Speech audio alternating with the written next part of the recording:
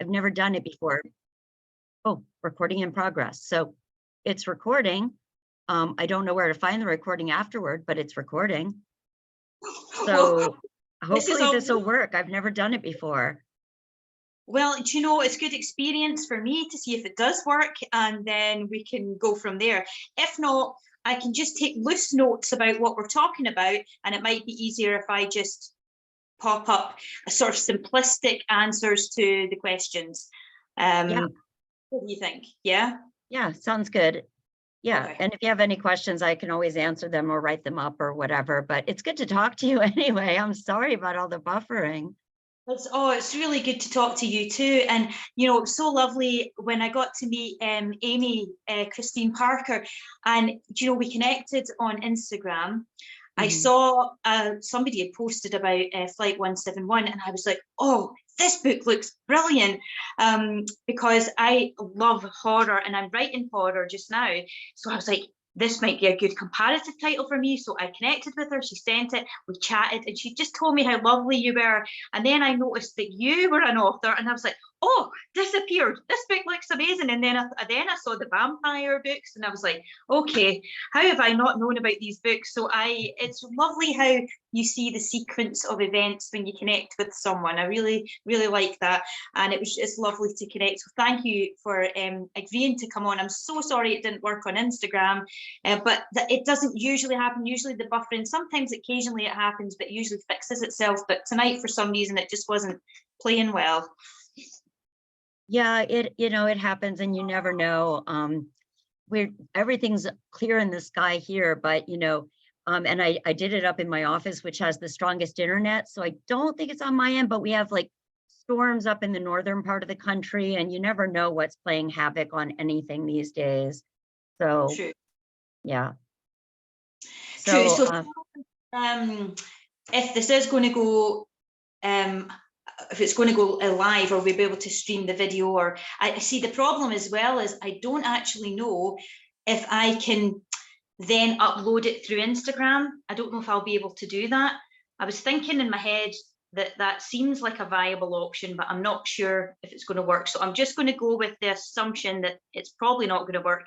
But even if I could get a copy of the video, or you're able to email the video to me, I can probably look back and then make sure that the answers are concise. That might be the easier way. I will do my best. It says it's recording to the cloud, and I've never tried it before, but I will do my best. Okay, so the first question was, tell us about your books. But you can start off with Disappeared, obviously, as that's the one I was currently reading as well. Is that your most recent book? It is, because what I wrote after that was a big epic fantasy that my agent is shopping right now. And that took me much longer to write than I anticipated, because it had not been years in development. Like so many of my books, I have years percolating back here while I'm writing something else. And that one had not been. It had just kind of sprung, I thought, fully formed from my head, because it was just everything I'd been thinking about my whole life. But it turned out that when you're writing epic fantasy, you have it's such a learning curve. I was writing world building and a magic system and just so much more intense than I'd ever done before. I mean, yes, thrillers are intense. I don't mean it that way, but just the depth of what you have to create is so much more, and the drafting was so much more than I'd ever done before, that it just was completely different and took me so much longer. So it's been a while since I've had a book out. So yes, but I've done short stories in the meantime. I've got a few stories and anthologies coming out, which I'm very proud of, including a forthcoming animal rescue anthology called Instinct, which has an amazing lineup of authors, all contributing stories, all of the proceeds going to animal rescue. So the anthology is called Instinct. Anyway, I advise everybody to run out and pre-order it. The stories are fabulous. The author lineup is fabulous, and everybody donated their time and stories for it. anyway, but what you were asking about was the novels that people can go out and get. So yes, my most recent one is Disappeared, and that's told from the point of view of two siblings, a brother and a sister, who whose mother has disappeared, and their father was the last one to see her, and tells them that she has taken off on them and is not coming back, but they distrust the story that he's telling, partly because the brother heard something the night that she disappeared. He's not sure exactly what he heard, but he does not trust the father, who was abusive, which is part of the reason that the mother left, to be honest with them about what happened that night. And they don't know whether they're living with the reason that their mother left. And did she just leave, or did something more sinister happen? And they need to know. They need to know what happened. And that is what this story, and both and each of them deals with the abusive household they've lived in and with the loss of their mother in very different ways. And they're very different kids. And it's a very intense story, and something that was really meaningful to me. And two people that really helped me with the story were Amy Christine Parker, who I know you interviewed for Flight 171, and Amber Hart, who is also a young adult writer. And both of them helped me a lot in figuring out what I really needed for this story. So one of the things I always say to writers out there is you need critique partners, and you need yes. people and networking, and it really does take a village. And that's not just about editors and cover artists and everything else. It's also about your fellow writers. They're not to be seen as competition. They're to be seen as your support system and your allies. And I think that is absolutely the best way to get along in this business, because they're invaluable. So I want to give a shout out to them. So I also have two other young adult suspense novels, Fault Lines and The Countdown Club. And then I have an adult urban fantasy series, the Latter-day Olympian series, which starts with Bad Blood, which is sort of a grown-up Percy Jackson, or I've had a reviewer describe it as Jen Ivanovich meets Rick Riordan, which I love. It's the greatest book of all times. And then I have a young adult vamp series, which is kind of Clueless meets Buffy the Vampire Slayer. Which, so I love everything from tongue-in-cheek to the darker side of things. I like whimsical, I like dark, I kind of like the gamut of fiction and human nature. So there we go.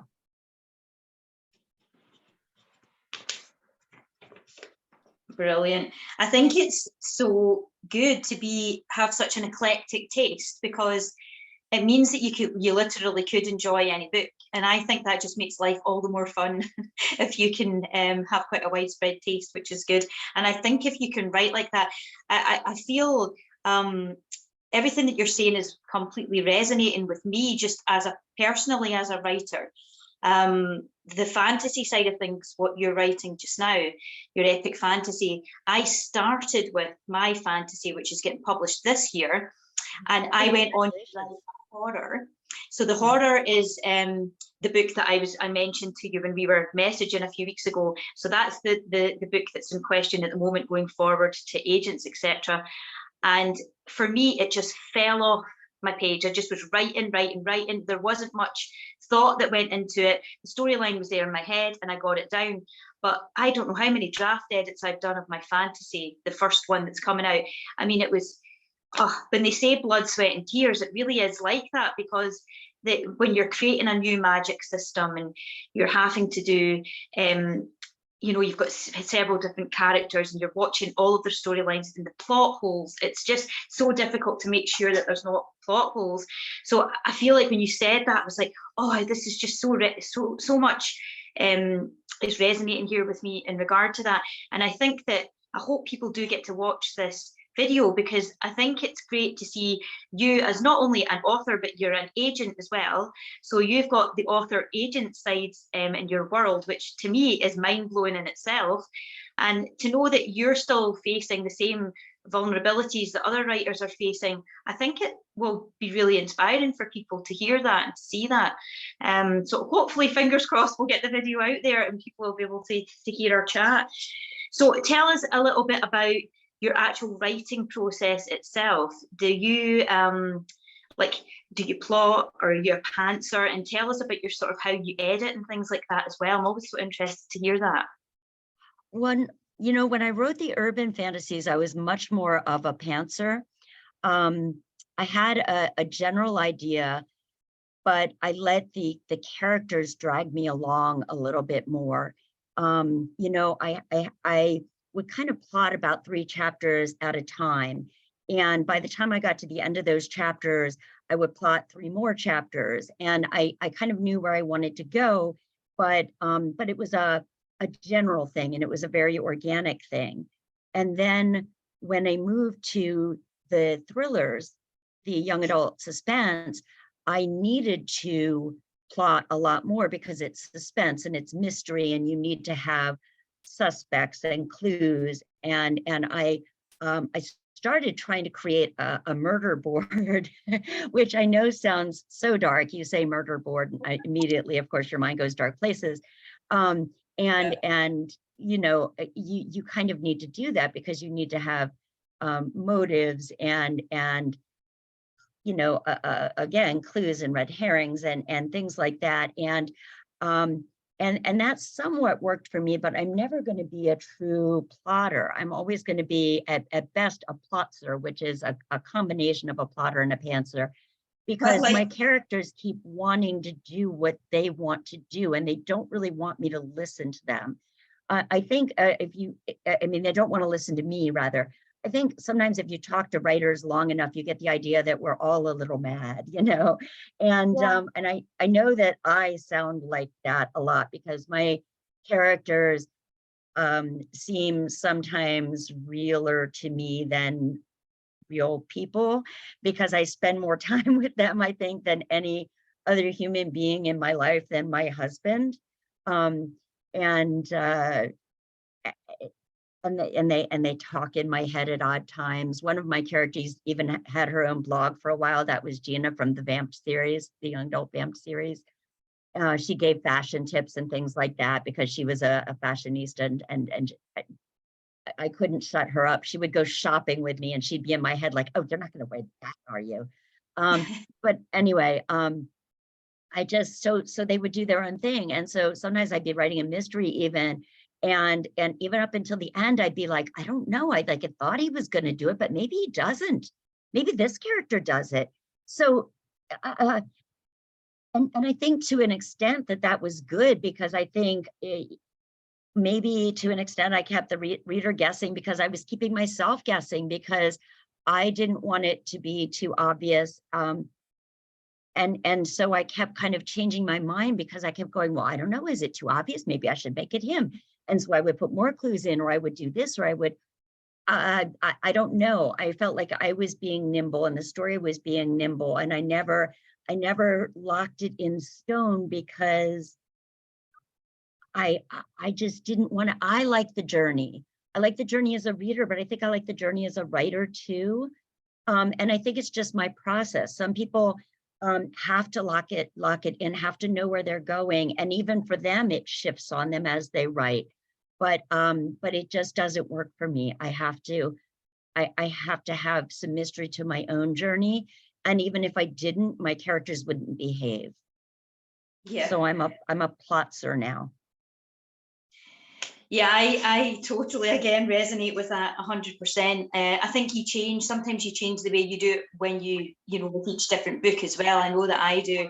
And sometimes I'll take an idea I'll listen to what the authors I interview do, and I'll be like, oh, that sounds interesting. I'll maybe try that. But if it doesn't, usually it doesn't work for me, and I go back to my weird way of doing things. Yeah. But it's so interesting what you're saying about your characters. and how they change their mind, and like they've got a mind of their own. And I do think that you sometimes do think you're going a bit mad sometimes when these things are happening.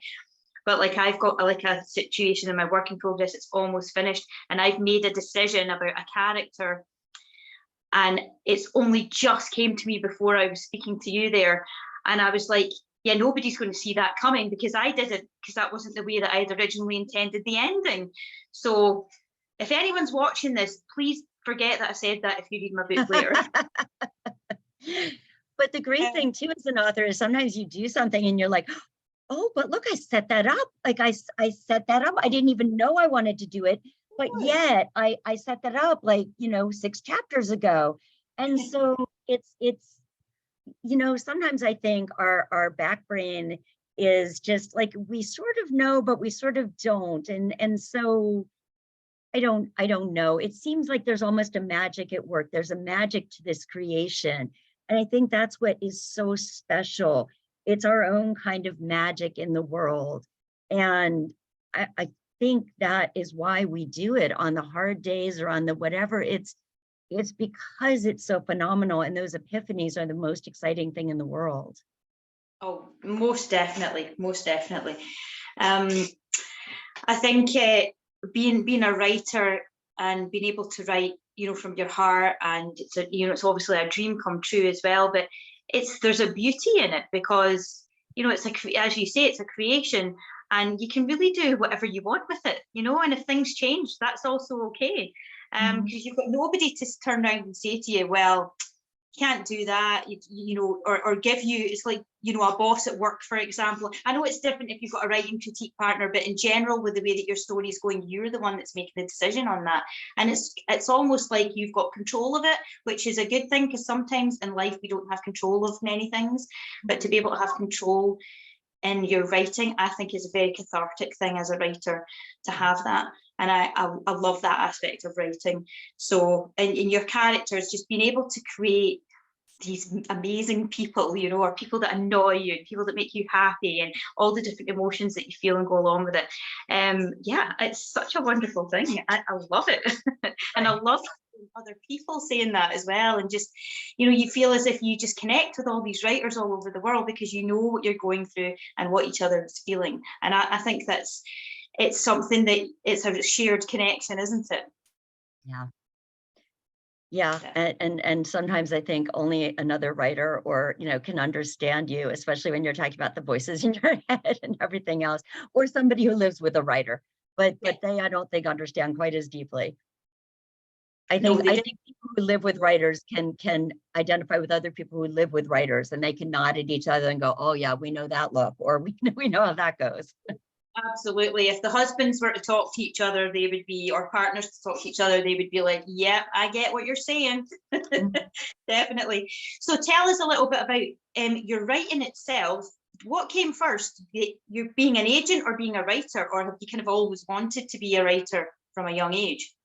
Yeah, I wrote my first book when I was 11. It was supposed to be a short story. And our teacher, we had this great teacher in 5th grade, Mr. Hart, and he gave us all a writing prompt, the whole class, the same writing prompt. And it was supposed to be a story, and mine was 111 pages. And yeah, I knew right then that I wanted to be a writer.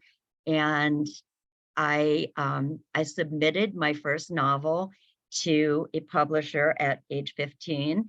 It was so back then, Avon had a competition called the Avon Flair competition, and it was for young adults to be able to submit their novels, and the winner got a certain monetary award, and I think either got publication or got considered for publication.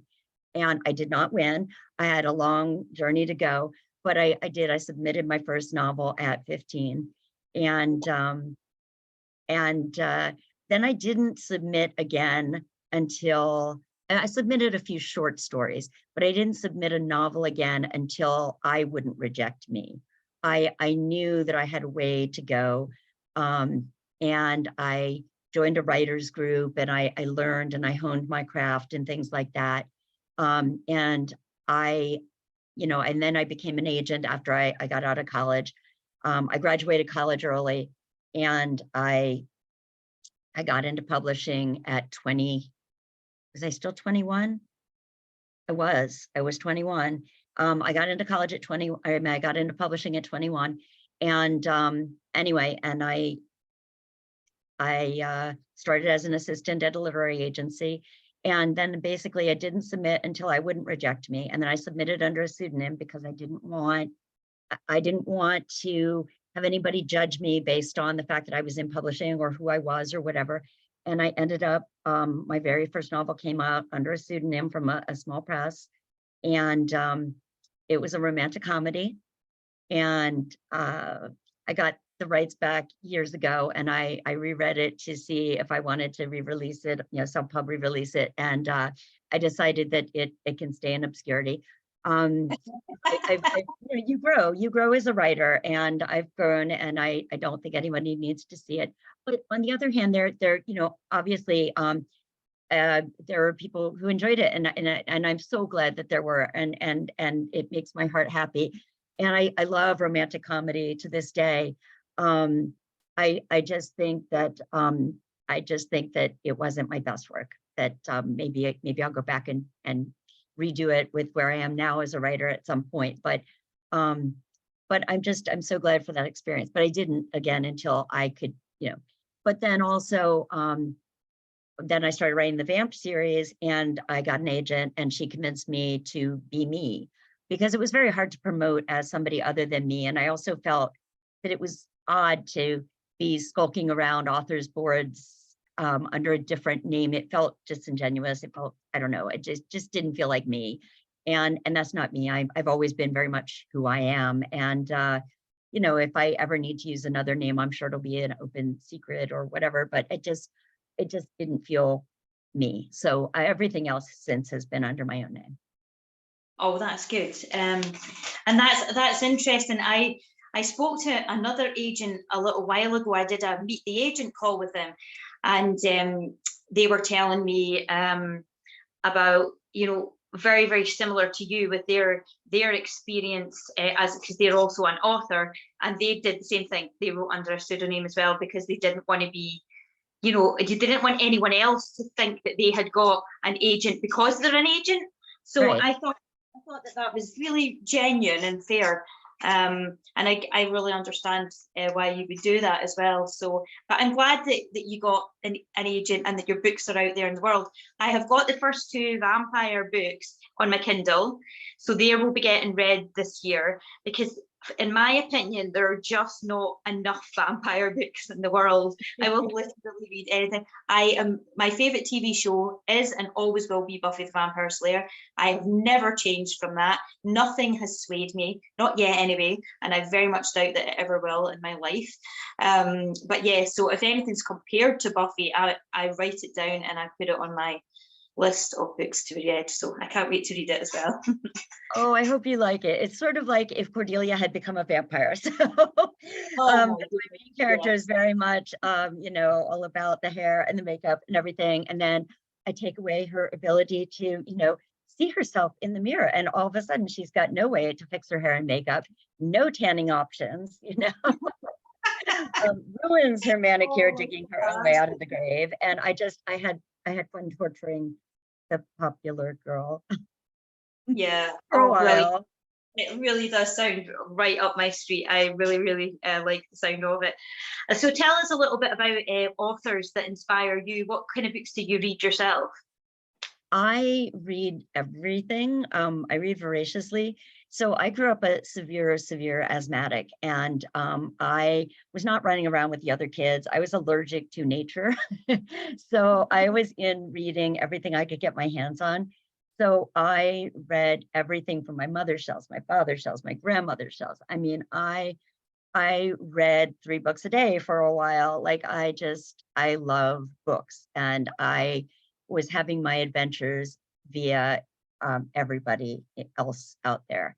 And so I just am inspired by everybody. And I am a big, Sherlock Holmes fan. You know, I'm a big so Arthur Conan Doyle, Rex Stout, Agatha Christie.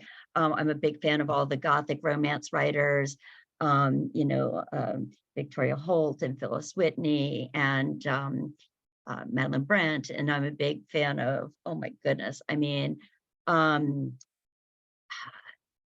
Melanie Ron, and I mean, Isaac Asimov, and I mean, you name it. I mean, I read all the classic science fiction, all the classic mystery. I read all the Barbara Cartland, you know, ballroom. I love the Regency romances with the banter. I read, oh my goodness, let's see, what am I missing? I mean, you name it, and I read it, I think. Oh, the thrillers. I read all the Clancy and the Lustbader and the Ken Follett and the, I mean, you'd be hard pressed to name anything that was published during my teen years that I did not read. I think I read just about everything in my library. I used to take out 10 books at a time. I think most of us in publishing did, though. I don't think that distinguishes me in any way.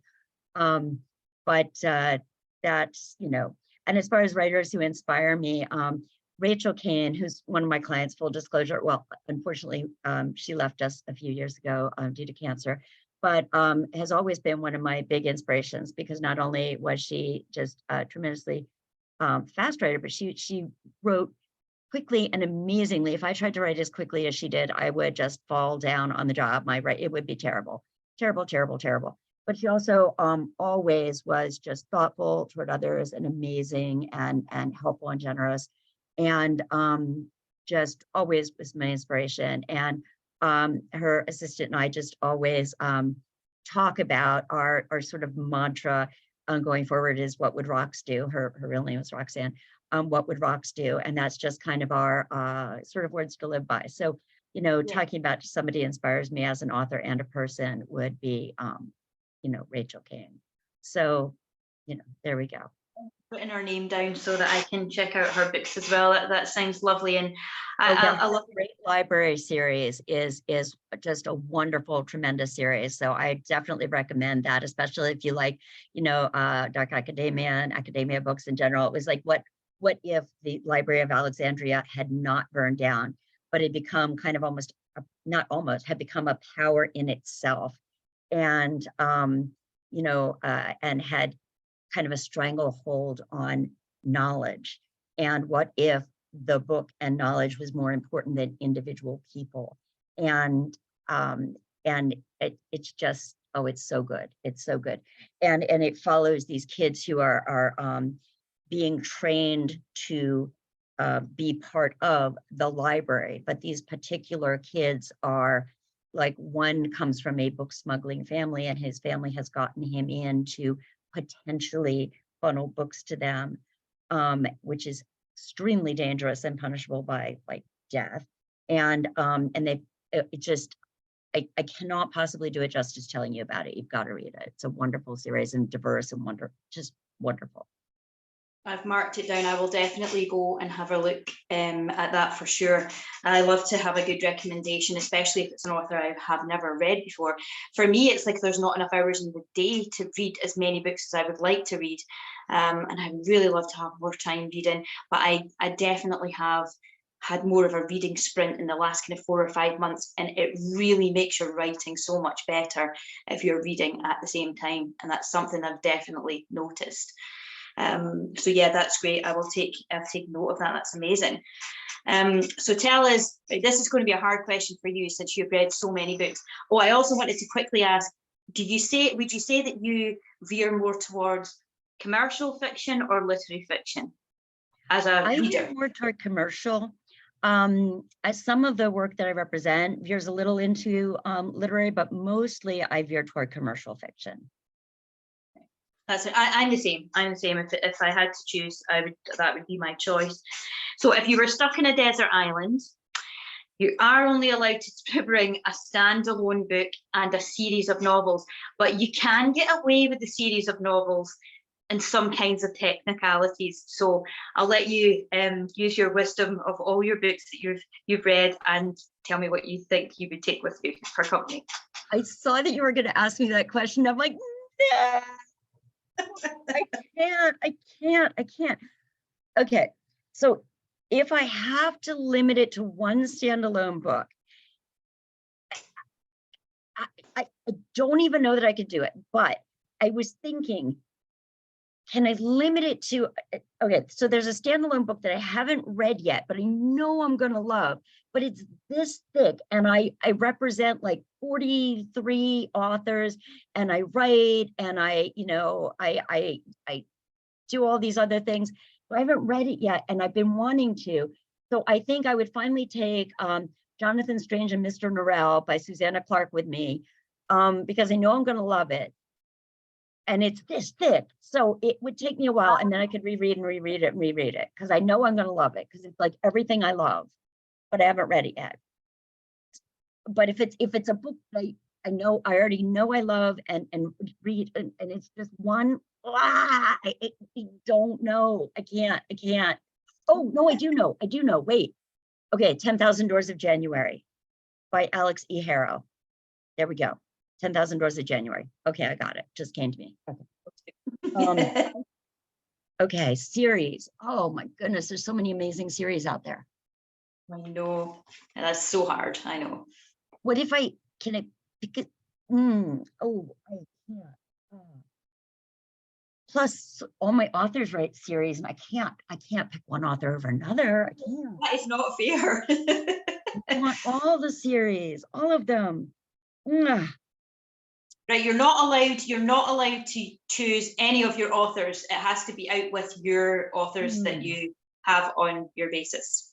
Okay. Okay, Robin Hobb's Fool's War.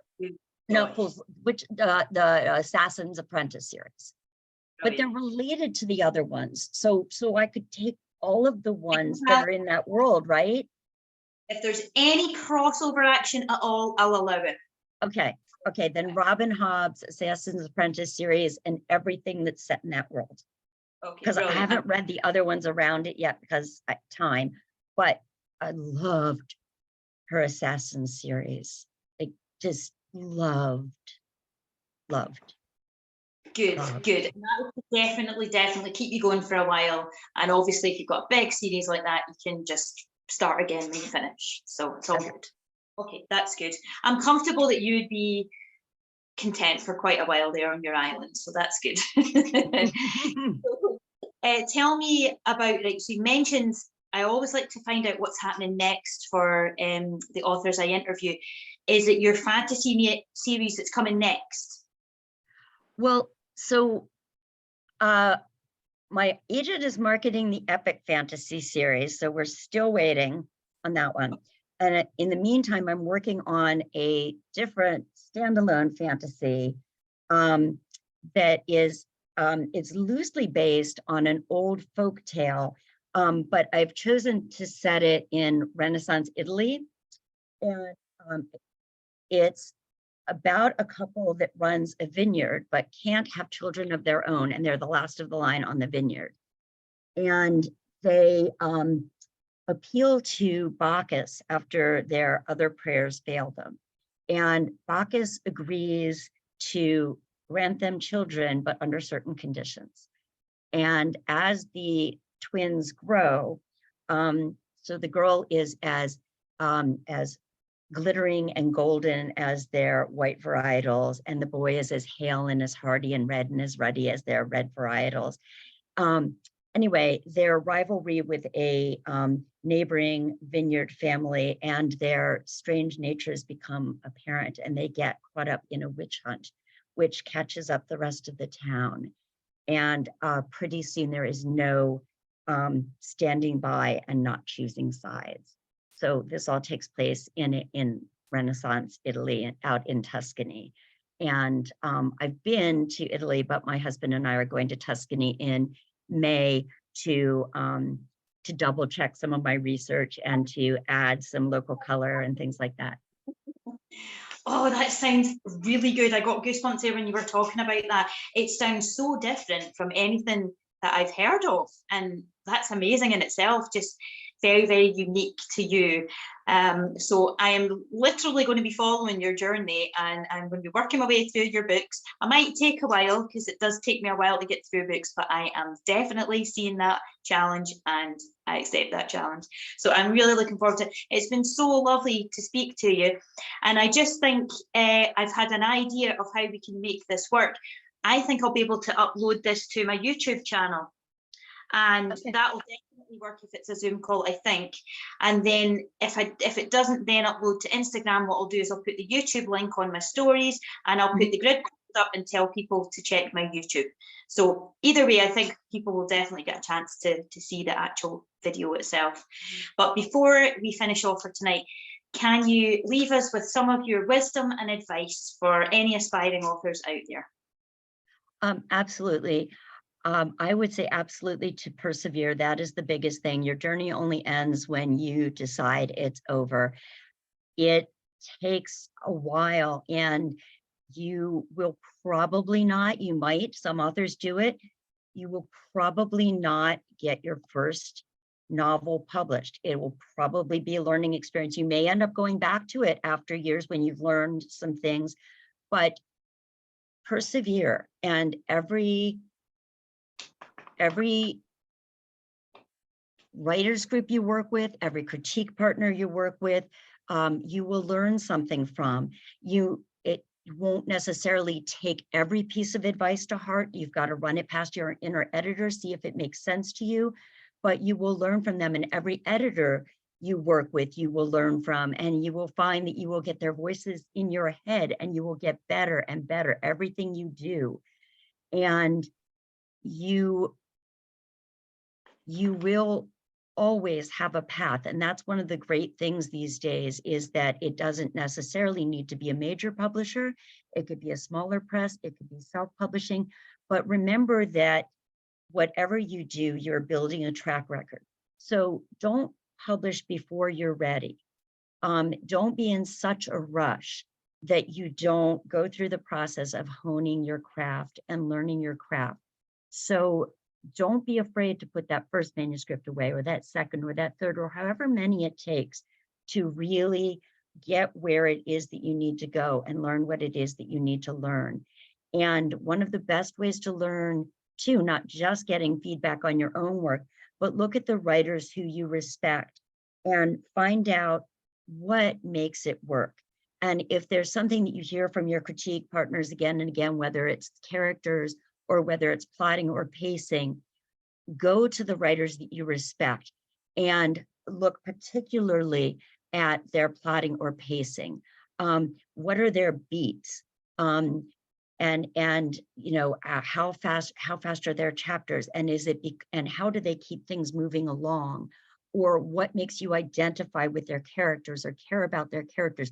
Try to look analytically or deconstructively at the works of writers that you admire, not to imitate, but to learn from. And the best thing that you can do as a writer is also be a reader. Those are my best pieces of advice, to persevere and to continue to learn and grow. Absolutely, stellar advice, definitely, for all of that.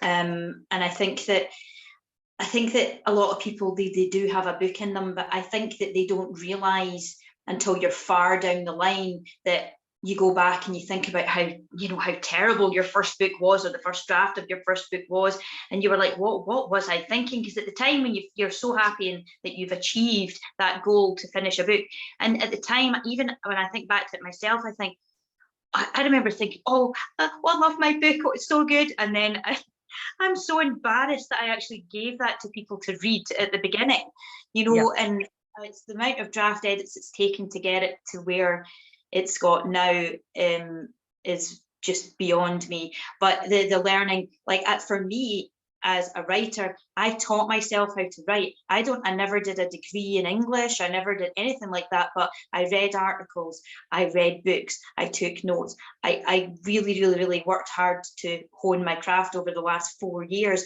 but it's taken that amount of time to do it. And it's constant, it doesn't end, and you keep learning.